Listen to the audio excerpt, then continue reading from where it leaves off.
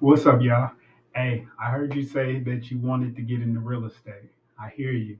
You want to join the community. Well, this is some of the stuff I'm going to teach you hands on. This right here is a real estate purchase agreement. It's the same exact one I use to buy one of my houses.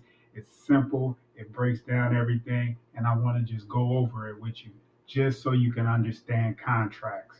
Okay? So, starting out, what is it?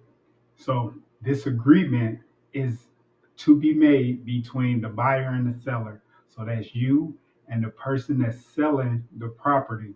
Y'all come to an agreement on what the price will be, where the property is, how much money you put down. So the street address you fill out, the legal description you fill out also. So when you go into a legal description, it's not just the street number. What they do is if you look on the county assessor website, they will have a legal description of the property to say like what township is in, where it's located, the degrees, like 45 degree north of this spot right here. So that's how the legal description is. And it gives you the outline of the property, where exactly the property is. You see people arguing over, oh, you own my property. That's you put a fence right on my property. So the legal description, it goes into where the property line is. Okay. The purchase price. How much do you want to purchase it for? The earnest money. So earnest money is a down payment. So usually you give the person $10 to $100, depending on how much the property is worth. You give them a little bit of money and they hold that property for you for 30 days, 90 days, depending on when y'all sign this agreement and agree to close on the property. So earnest money is a small deposit. In this case, I bought a house for 25,000. I put $100 down and he held the property for 90 days until we closed. Okay. And if you don't close on that, sometimes you get the money back, sometimes you don't. It just depends on who it is and how hungry they are or how greedy they are, or whatever it may be. Okay. The total due to close. So closing costs mean y'all got everything done. The deal is closed. How much do you owe them now? So I gave them $100. The price was 25,000, so I owe 24,900. Right? That's the amount due to close. So you go down, and this is where it get into the details of the contract. So earnest money, is it refundable? That's part of the contract. Yes or no?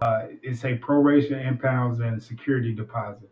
Uh, so this may mean like if you buy it on the 15th, will they prorate that month's rent or something like that? So that's what prorations mean.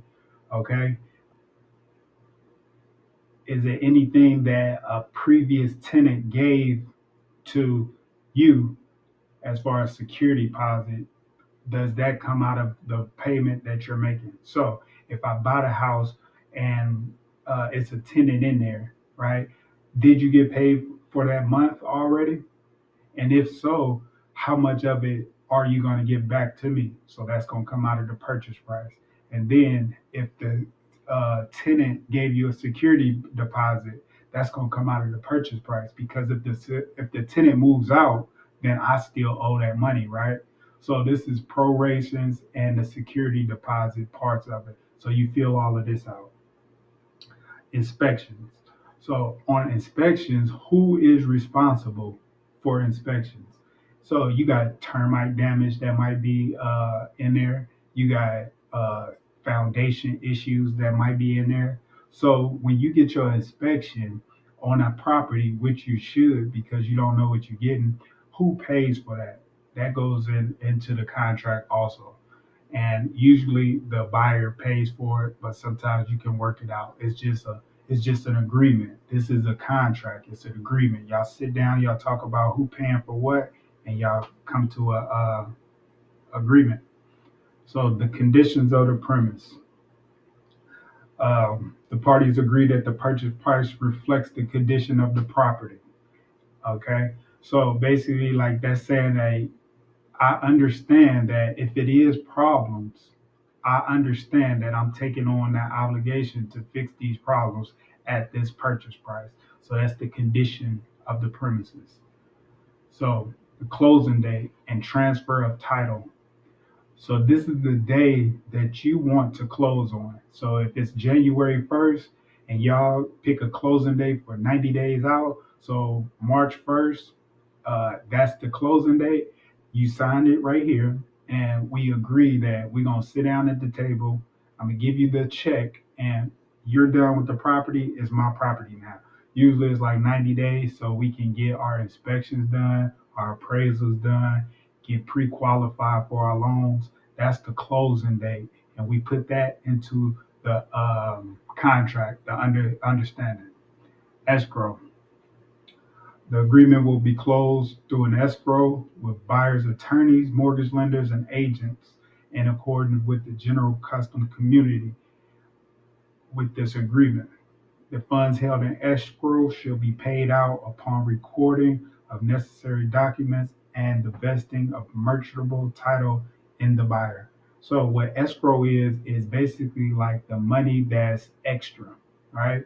So if I'm paying a mortgage and I put money into the property taxes every month. I put $100 every month into property taxes so that when the taxes come, I'll be able to pay them. So I pay it ahead of time, basically. So that's escrow. Escrow is just basically like money inside of an account. That's the easy way to think of it. Damage to the property. the the seller shall maintain the property in its current condition. So basically, like if you go into this property and it got a refrigerator, a stove, and there's no holes in the wall and everything is working fine, that's the condition that you are agreeing to buy this property in. So if you go into this property and something is not like it was when you agreed to buy it, then that can mean that the contract is void. You don't have to buy the property. So, uh, default.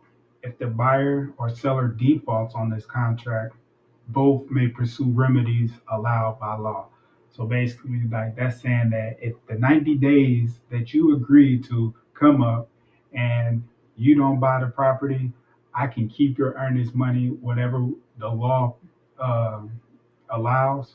So if you say that you're gonna buy this property and you don't, I can sue you for what you owe me or whatever the case may be. So that's something that you work out with your attorneys.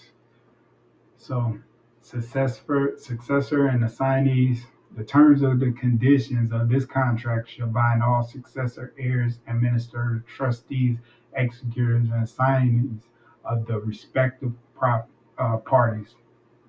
So that's just basically mean that uh, we understand that we are signing this agreement. So whoever is responsible is by law accountable. So if it's a LLC, if it's you, if it's whoever it is, you are accountable because we signed this. Access advertising repairs made by buyer. The seller agrees that the buyer may have access to the property at reasonable hours to show others and advertise the property.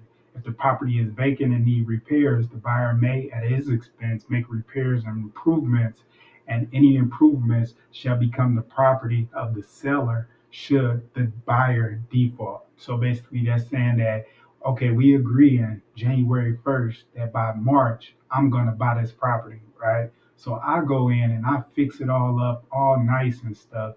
And if I don't buy this property by March, like we agreed, all of the work that I put into it, you get to keep it as the seller because I didn't fulfill my contract obligations, right? So, this is the part of the contract that you need to really understand because if you say you're going to do it and you don't do it, you could lose out a lot. So this agreement is subject to a 1031 exchange.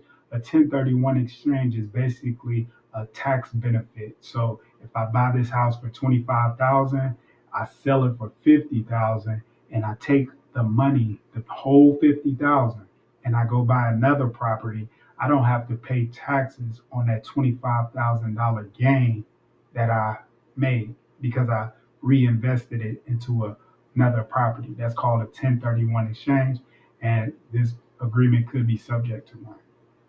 The liability shall be limited to the property itself and that should not extend beyond.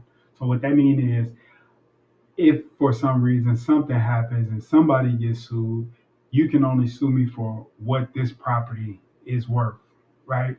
For only this property. You can't come after my other stuff that I own because we are only talking about this property. So it's this property is the liability. The contract, this contract constitutes the entire agreement between the buyer and the seller regarding the property and supersedes all prior discussion, negotiation, agreements, whether oral or written. So basically what this means is this contract is what matters. What we talked about, you said you would sell it for 10,000 and now this contract is saying 25,000. It doesn't matter what I said. This contract is what it is. So I had this happen to me. It was actually a property where he told me he would sell it to me for 15,000. Right. So in my mind, I had 15,000 ready for it. And then whenever we signed the contract, his lawyer slipped in that, oh yeah, it's gonna be interest on the money. So instead of paying 15,000, I paid interest on the other money that I owed him, which was about 2 or 300.